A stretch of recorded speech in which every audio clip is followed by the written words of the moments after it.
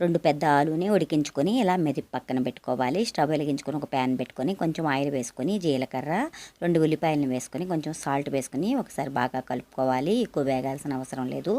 పసుపు, కారం, ధనియా పౌడర్, గరం మసాలా వేసేసుకొని ఇదంతా ఒకసారి బాగా కలుపుకొని ఉడికించుకున్న ఆలుని కూడా వేసేసుకొని బాగా కలుపుకొని స్టవ్ ఆపేసేసుకోవాలి.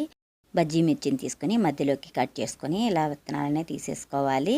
ఒక బౌల్ తీసుకొని శనగపిండి, బియ్యం పిండి, వాము, పసుపు, ఉప్పు, అలాగే కొంచెం సోడా కూడా వేసేసుకొని కొంచెం వాటర్ వేసుకొని గట్టిగా కలుపుకోవాలి పిండి అనేది.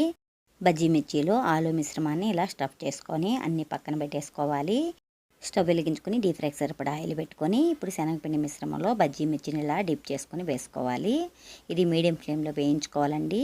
ఒక సైడ్ వేగాక రెండో వైపుకి తిప్పుకొని వేయించుకుంటే ఆలు స్టఫ్డ్ మిర్చి బజ్జీ అనేది రెడీ అయిపోతుంది. లైక్ చేయండి, షేర్ చేయండి, సబ్స్క్రైబ్ చేసుకోండి. Thank you for watching.